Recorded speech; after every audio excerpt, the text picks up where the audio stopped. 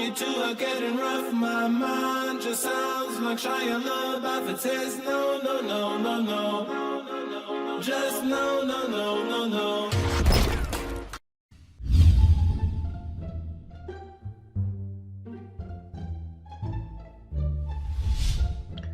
Buenas tardes, buenas noches o buenos días, queridos estudiantes. El día de hoy vamos a empezar nuestra sesión viendo un interesante video. Es un video que trata sobre levitación. Veamos cómo va. Levitación es el acto de poder levantarse sobre el suelo sin necesidad de ninguna fuerza aparentemente. A ver, veamos. Este es el cuate que presenta el video. Acá está. Veamos, tenemos una señora que, como podrán ver, está apoyándose con su pie derecho sobre el piso. Y creo que ya va a comenzar el... Uy, vean eso. Vean. Y qué interesante. ¿Qué es esto? Esto es brujería. Vean que está volando prácticamente. No está tocando el suelo. Solamente se está suspendiendo por una barra, por un bastón. Y esto es increíble, muchachos, increíble. Bueno, de hecho no es increíble, no es algo sobrenatural, no es brujería, es solamente un fenómeno físico, es física aplicada en un acto artístico, podríamos decirlo, física en el arte, porque si bien nos da una apariencia de que una persona levita, vuela, lo que en realidad está pasando es que una persona utiliza ciertos aparatos para generar un equilibrio estático. Sí, un equilibrio. Y para que lo puedan entender mejor, yo preparé una imagen acá. Observen, acá tenemos una persona supuestamente realizando este maravilloso acto de levitación, pero como podrán ver, tiene un soporte acá, un soporte horizontal que está soportando, valga la redundancia, todo su peso. Acá tenemos otro soporte donde apoya el brazo para que haya más estabilidad. Y el truco está en la base o contrapeso. Entonces no es que esta persona esté volando mágicamente, no, es solamente un fenómeno que nos muestra un equilibrio de fuerzas. Y de hecho, la física como ciencia siempre trata de buscar explicación a los fenómenos naturales que observamos. Y uno de los fenómenos más interesantes existentes es el fenómeno del movimiento. Y para poder estudiar el movimiento, la física crea una ciencia que es la mecánica. Y bien, la mecánica se divide a su vez en tres partes para poder estudiar a detalle el movimiento. Y esas ciencias son la cinemática, la dinámica y la estática. Y hoy hablaremos de estática. El equilibrio en la madre tierra y el cosmos, propiamente dicho, estática. La estática viene a ser una ciencia parte de un grupo de ciencias denominadas mecánica. La mecánica, como ya lo había mencionado anteriormente, se compone de tres ciencias: la cinemática, la dinámica y la estática. No olviden que la mecánica es la parte de la física que va a estudiar todo lo referente al movimiento, y para poder estudiarlo a detalle es que se divide en estas tres. La cinemática estudia cómo se produce un movimiento y sus variables. Es una ciencia descriptiva, analiza el desarrollo de un determinado movimiento. La dinámica no estudia el cómo, sino el por qué. Estudia las fuerzas que involucran a un movimiento, las causas que hacen que un movimiento se produzca. Y finalmente, la estática estudiará a las fuerzas en equilibrio. Como dice acá, la estática es la rama de la mecánica clásica que analiza las cargas o fuerzas en equilibrio.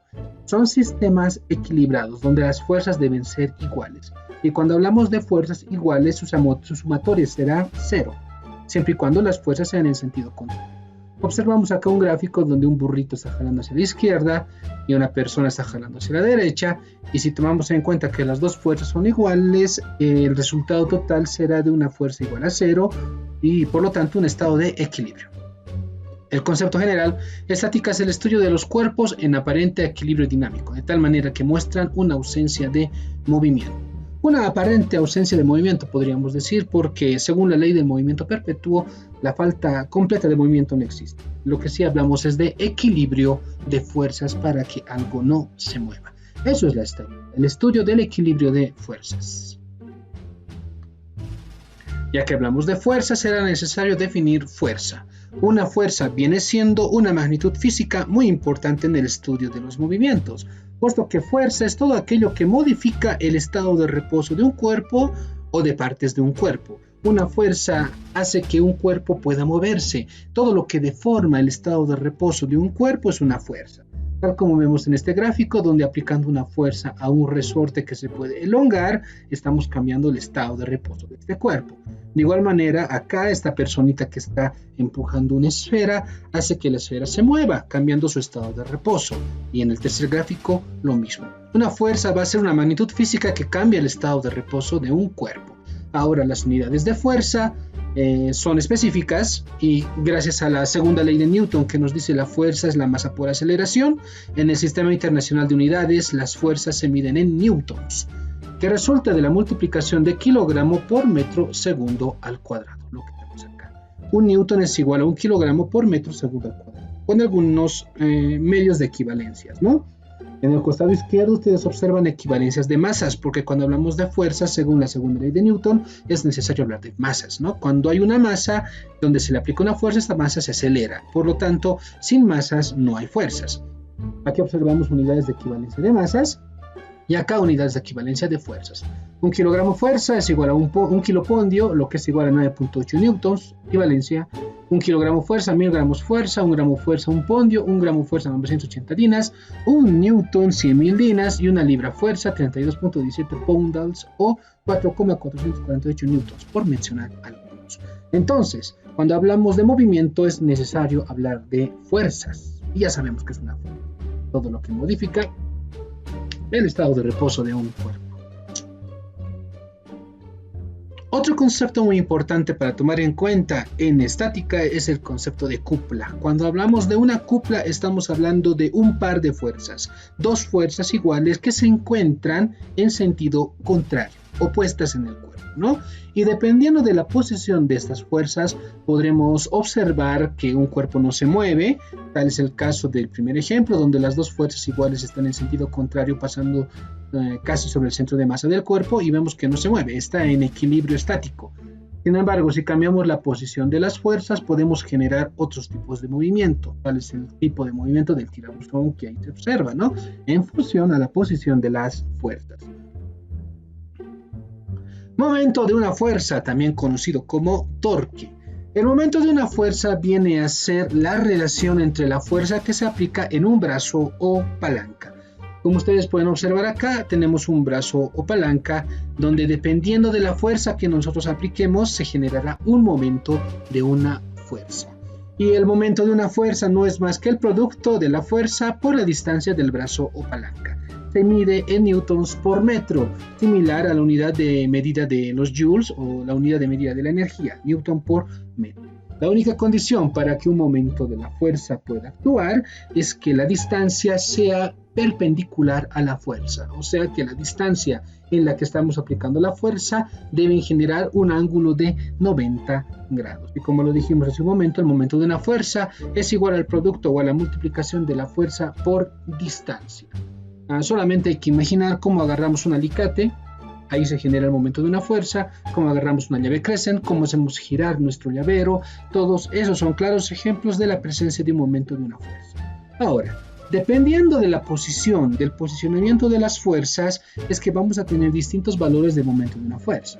Observemos acá una llavecita que tiene una distancia desde el punto 0 o punto de giro hasta el punto A, vamos a decir de 0 a A. Es la distancia que vamos a medir. Muy bien, y tenemos cuatro fuerzas, F1, F2, F3 y F4, y vamos a ver cómo resulta el momento de una fuerza para cada una de esas fuerzas. Empecemos por F1. Como F1 va en sentido antihorario, el momento de la fuerza para F1, cuando hablamos de sentido antihorario, estamos mencionando el sentido contrario a las manecillas del reloj. Ojo.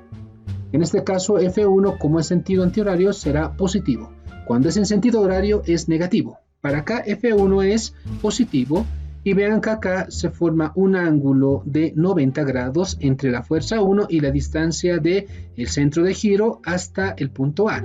Por lo tanto, para el momento para F1 será F1 por la distancia del brazo.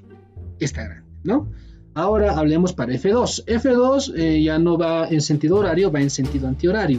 Y va a ser lo mismo, lo único que cambia es el valor de la fuerza, no sabemos cuánto vale F2, y también el signo del momento de la fuerza. En este caso ya no es positivo, es negativo, ya que el sentido de la fuerza es horario.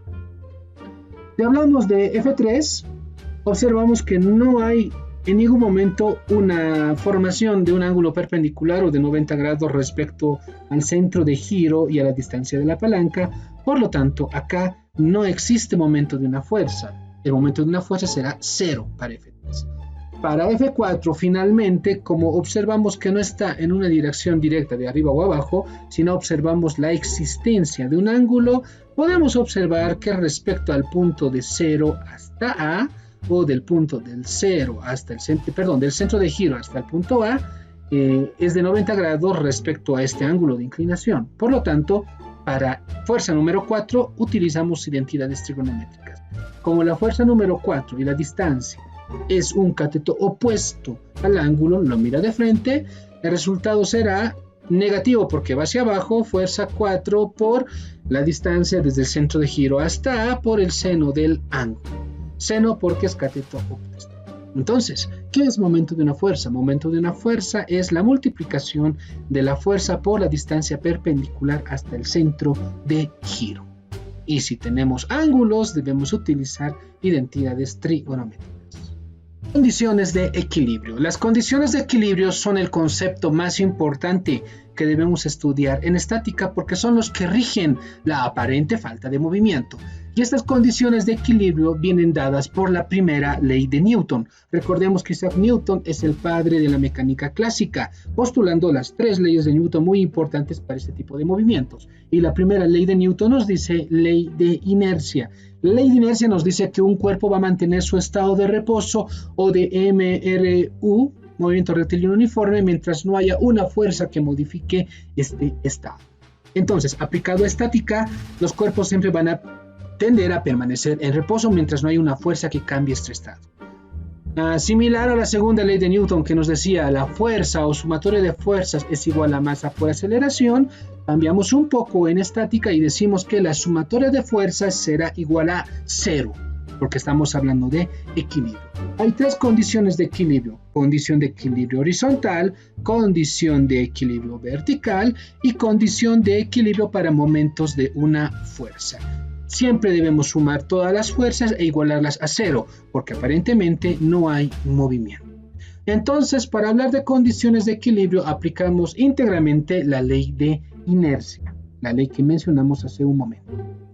Muy bien, chicos, lo más importante de esta clase, el concepto de momento de una fuerza aplicable con ejercicios y los conceptos de condiciones de equilibrio. Sumatoria de fuerzas en el plano horizontal igual a 0, sumatoria de fuerzas en el plano vertical igual a 0 y sumatoria de momentos de una fuerza igual a 0.